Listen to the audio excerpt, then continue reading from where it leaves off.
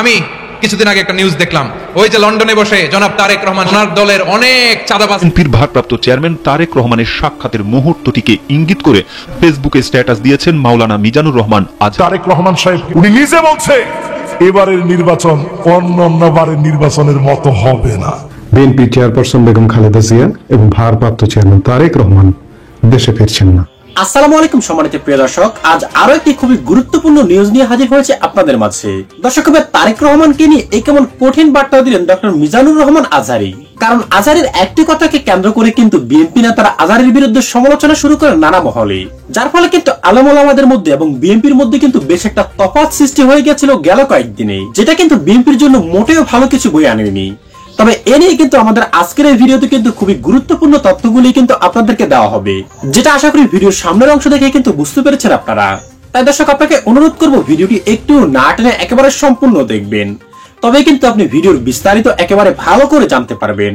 তবে তার আগে বললেন দর্শক, আপনি যদি আমাদের চ্যানেলে নতুন হয়ে থাকেন তবে অবশ্যই চ্যানেলটি সাবস্ক্রাইব করে ভিডিওতে অবশ্যই একটি লাইক দিবেন। তবে চলুন দর্শক, আপনার মূল্যবান সময়টি আর নষ্ট না করে আমরা প্রথমে আজহারী হুজুরের কথাগুলি শুনে আসি। আমি কিছুদিন আগে একটা নিউজ দেখলাম, ওই যে লন্ডনে বসে জনাব তারেক রহমান সাহেবকে আমি ধন্যবাদ দিতে চাই। উনি সংবাদ শোনা মাত্রই ওনার দলের অনেক চাঁদাবাজকে উনি বহিষ্কার করেছে। আই ডু অ্যাপ্রিশিয়েট, প্রতিটি দলের এরকম ইনিশিয়েটিভ নেওয়ার দরকার আছে না নাই? যে কোনো দলে এই প্র্যাকটিসটা থাকার দরকার আছে না নাই? চাঁদাবাজদের সাথে আপনারা নিজেদেরকে মুক্ত ঘোষণা করবেন যে এরা আমার দলের কর্মী হতে পারে না। টেন্ডারবাজি, চাঁদাবাজি, দুর্নীতি, অপরাধ, দখলদারিত্ব, মজুদদারি, এগুলো সবকিছু একসাথে প্রতিরোধ করতে হবে, ঠিক কিনা বলেন? একটা মানবিক সমাজ যদি চাই, প্রতিরোধ করতে হবে। প্রিয় ভাইয়েরা, আল্লাহর শপথ নিয়ে বলি, এই নাসিহাতগুলো সবার জন্য, সব দলের জন্য, সব মতের মানুষের জন্য। আমরা কোনো দলের প্রতি মানুষকে ডাকি না, আমরা ডাকি ইসলামের দিকে। সব দলের, সব মতের, সব মানুষদেরকে আমরা আহ্বান জানাই, আসুন আমরা একটা সুন্দর সমাজ বিনির্মাণ করি। এই যে নতুন বাংলাদেশের এক সুযোগ এসেছে, আর জীবনে হয়তো আসবে না, সামনের 100 বছর এই সময় আসবে না।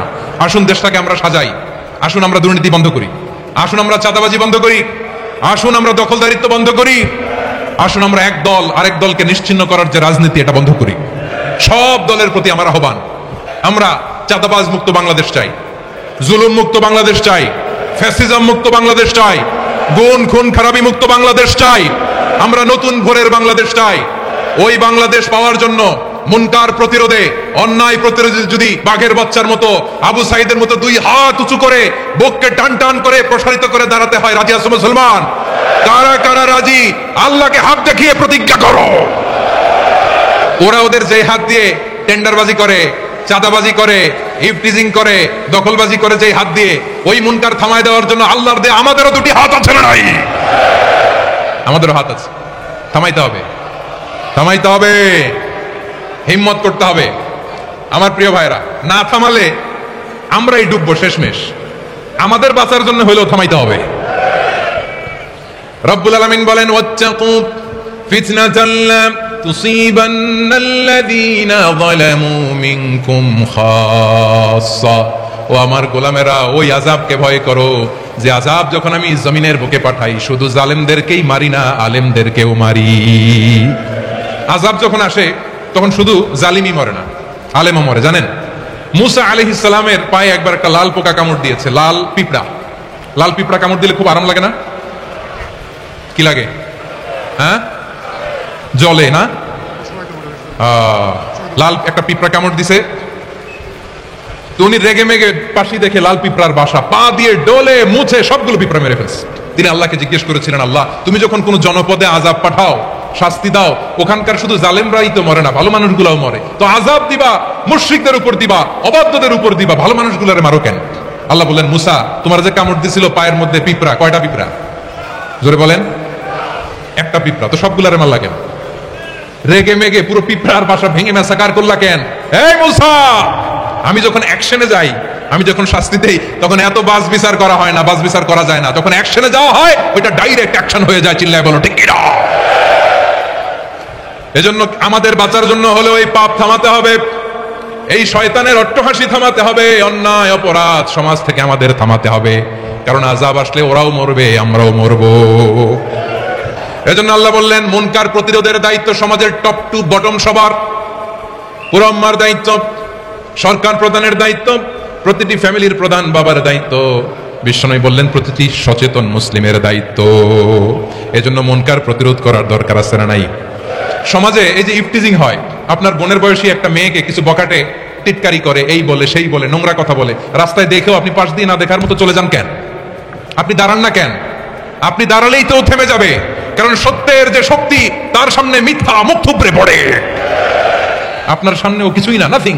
আপনি দাঁড়ান, ওকে প্রশ্ন করেন যে আমার বোনকে তুমি ডিস্টার্ব করো কেন? আপনাকে দেখে আরো 5 জন দাঁড়াবে, 5 জনকে দেখে আরো 10 জন দাঁড়াবে। আমাদের নীরবতা আর আমাদের নিশ্চুপ থাকাই জালিমদেরকে আরো শক্তিশালী জালিম বানিয়েছে। এজন্য মুনকার প্রতিরোধের দায়িত্ব আমাদের সবার।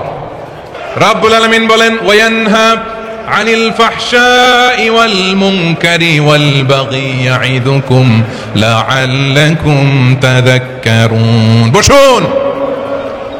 আল্লাহ বললেন আমি অশ্লীলতাকে নিষেধ করি, আমি সব ধরনের মন্দ কাজকে নিষিদ্ধ করি, সব শেষে আমি সীমা লঙ্ঘনকে তোমাদের জন্য নিষিদ্ধ করি। আলোচনা মনে আছে তো, না ভুলে গেছেন? নিষিদ্ধ করেছেন কয়টা জিনিস? 1 নম্বরে অশ্লীলতা, 2 নম্বরে মুনকার তথা সব মন্দ কাজ, 3 নম্বরে আল বাগি সীমা লঙ্ঘন, ক্রসিং দ্য লিমিট। সীমা লঙ্ঘন করা ভালো না। We all should know our limits. চিল্লায় বলেন ঠিক কিনা? একই আয়াতে আল্লাহ বললেন কুল ইন্নামা হাররামা রাব্বিয়াল ফাওয়াহিশা মা যাহারা মিনহা ওয়া মা বাতানা ওয়াল ইসমা ওয়াল বাগিয়া বিগাইরিল হক। অন্যায় ভাবে যে অবাধ্য হয়, যে সীমা লঙ্ঘন করে, তাদেরকেও আমি এটা হারাম করে দিলাম। সীমা লঙ্ঘন করা হারাম, সীমা লঙ্ঘন করা হারাম। আল্লাহ বারবার বারবার আমাদেরকে ওয়ার্নিং দেয়। যখন আমরা থামি না তখন আল্লাহ ধরে, আর যখন ধরে তখন ছাড়ে না। ধরে ধরে ধরে না, ধরলে আল্লাহ। ফেরাউনকে কিন্তু হুট করে ধরে নাই, আপনারা জানেন। 9 বার ওয়ার্নিং দিয়ে সব অ্যাপ্লাই শেষ, 10ম বারে যে আল্লাহ ধরছে। 10ম বারে যে ধরেছে। এজন্য আল্লাহ বলেন আমি সীমা লঙ্ঘনকে পছন্দ করি না। কোরআনের অন্য আয়াতে বাগীকে বলা হয়েছে আল ইতিদা, সীমা লঙ্ঘন যারা করে তাদেরকে আল্লাহ বলেছেন মুতাদিন। ওয়াকাতিলু ফি সাবিলিল্লাহিল্লাযীনা ইউকাতিলুনাকুম ওয়া লা তা'তাদু ইন্নাল্লাহা লা ইউহিব্বুল মুতাদিন। আমি সীমা লঙ্ঘনকারীদেরকে কোশ্চিনকালেও পছন্দ করি না। আমরা যেন সীমা লঙ্ঘন না করি, রাজি আছেন তো? যে কোনো ক্ষেত্রে ইবাদতে যেন সীমা লঙ্ঘন না করি। অনেকে আমরা ইবাদতে সীমা লঙ্ঘন করে ফেলি। বিশ্বনবী সাল্লাল্লাহু আলাইহি ওয়াসাল্লাম যেটা শিখিয়েছেন এর বাইরে যে অতিরিক্ত বুজুর্গ হতে চায়, এরকম আছে না নাই? করা যাবে না, কোনো ক্ষেত্রেই সীমা লঙ্ঘন করা যাবে, এমনকি যুদ্ধক্ষেত্রেও না। বিষ্ণু ইসলাম বলেন খবরদার যুদ্ধক্ষেত্রেও সীমা লঙ্ঘন করো না। কি সুন্দর ইসলাম আমরা পেয়েছি। বিশ্বনবী বলেন খবরদার যুদ্ধের ময়দানে কোনো নারীর গায়ে হাত তোলো না, কোনো শিশুর গায়ে হাত তোলো না, কোনো গবাদি পশু হত্যা করো না, কোনো শস্য ক্ষেত্র ধ্বংস করো না, ইবাদতরত অন্য ধর্মের কোনো সন্ন্যাসীর গায়ে হাত তোলো না। বলেন সুবহানাল্লাহ। শান্তির সমাজ, মানবিক সমাজ যদি আমরা গঠন করতে চাই, আমাদের আল্লাহর দেয়া কয়টা আদেশ মানতে হবে বলেন দেখি? সবাই বলেন কয়টা? আর বেঁচে থাকতে হবে কয়টা জিনিস থেকে? আওয়াজ করে বলেন কয়টা? আচ্ছা, আদেশ নাম্বার 1 কি ছিল বলেন? আল্লাহর আদেশ কি? 1 নাম্বার আদাল, ন্যায়পরায়ণতা। আমরা সুবিচার, সুশাসন, ন্যায় বিচার চাই কি চাই না? 2 নম্বরে কি ছিল? মাশাআল্লাহ, আওয়াজ করে বলেন 2 নম্বরে কি ছিল? ইহসান। আমরা যেন সবার প্রতি দয়া পরবশ হই, ইহসান করি। 3 নম্বরে কি ছিল? নিকটাত্মীয়দের দান করা, তাদের অধিকার প্রাপ্য বুঝিয়ে দেওয়া। পাশাপাশি 3টা জিনিস থেকে আল্লাহ বারণ করেছেন, নিষেধ করেছেন। তার প্রথমটা ফাহশা, অশ্লীলতা। অশ্লীলতার সাথে আমাদের কোনো সম্পর্ক। আজকের এই ঐতিহাসিক চট্টগ্রামের প্যারেড ময়দান থেকে আমরা যত ধরনের মা যাহারা মিনহা মা বাতান, প্রকাশ্য অপ্রকাশ্য, দৃশ্যমান অদৃশ্যমান, সব অশ্লীলতা থেকে নিজেদেরকে মুক্ত ঘোষণা করলাম। অশ্লীলতাকে আমরা না বলে দিলাম। আওয়াজ করে সবাই বলুন নো। অশ্লীলতার সাথে আমাদের কোনো সম্পর্ক। 2 নম্বর নিষেধাজ্ঞা কি ছিল? আল মুনকার, সমাজের যত মন্দ কাজ এগুলোকে আমরা প্রতিরোধ করবো। রাজি আছেন তো সবাই? 3 নম্বরে আল বাগী, সীমালঙ্ঘন। কোন মুসলিম সীমালঙ্ঘন করে না, এমনকি যুদ্ধক্ষেত্রেও না। আওয়াজ করে বলেন ঠিক কিনা? রব্বুল আলামিন শেষে বললেন ইয়াইদুকুম লাআল্লাকুম তাযাক্কারুন। আল্লাহ তোমাদেরকে উপদেশ দেন যাতে তোমরা শিক্ষা গ্রহণ করো। আমরা উপদেশ দিব, আমরা জোর করে কাউকে কিছু মানাতে চাই না। লা ইকরাহা ফিদ্দীন ওয়া যাক্কির ফাইন্না যিকরা তানফাউল মুমিনিন। উপদেশ দিলে এটা মুমিনদের কাজে দেয়। লাস্তা আলাইহিম বিমুসাইতির ইন্নামা আনতা মুযাক্কির। নবী হে, আপনি রিমাইন্ডার দাতা, আপনি উপদেশ দিবেন। আমরাও বিশ্বনবীর এই হাদিসগুলো থেকে, কোরআনের আয়াত থেকে রিমাইন্ডার, এই কথামালা, বাণী বাহক হিসেবে এই বাণীগুলো আপনাদের সাথে কাছে পৌঁছে দিলাম। আমরা আল্লাহ তাআলার কাছে প্রার্থনা করি, আল্লাহ আমরা যেন আদল দিয়ে আমাদের সমাজকে গঠন করতে পারি। মায়ের বুকের শীতল আশ্রয় ছেলে। হাসি, কান্না, আনন্দ সবকিছু মিলিয়ে লন্ডনের হিথ্রো বিমানবন্দরে এক আবেগ ঘন পরিবেশে সৃষ্টি করে খালেদা জিয়া ও ছেলে তারেক রহমানের সাক্ষাতের দৃশ্যটি, যা নাড়া দিয়েছে পুরো বাংলাদেশকে। মা ছেলের সাক্ষাতের আবেগ ঘন দৃশ্যটি নাড়া দিয়েছে জনপ্রিয় ইসলামী বক্তা মিজানুর রহমান আজহারীকেও। সাক্ষাতের মুহূর্তটিকে হৃদয় প্রশান্তকারী এক আবেগ ঘন দৃশ্য বলে অভিহিত করেছেন তিনি। বিএনপির চেয়ারপারসন খালেদা জিয়া ও তার ছেলে বিএনপির ভারপ্রাপ্ত চেয়ারম্যান তারেক রহমানের সাক্ষাতের মুহূর্তটিকে ইঙ্গিত করে বুধবার ফেসবুকে স্ট্যাটাস দিয়েছেন মাওলানা মিজানুর রহমান আজহারী। আজহারী তার ফেসবুকে স্ট্যাটাসে লিখেন, পৃথিবীর প্রতিটি মজলুম মায়ের বুক আল্লাহ তাআলা এভাবেই শীতল করে দিক। হৃদয় প্রশান্তকারী এক আবেগ ঘন দৃশ্য।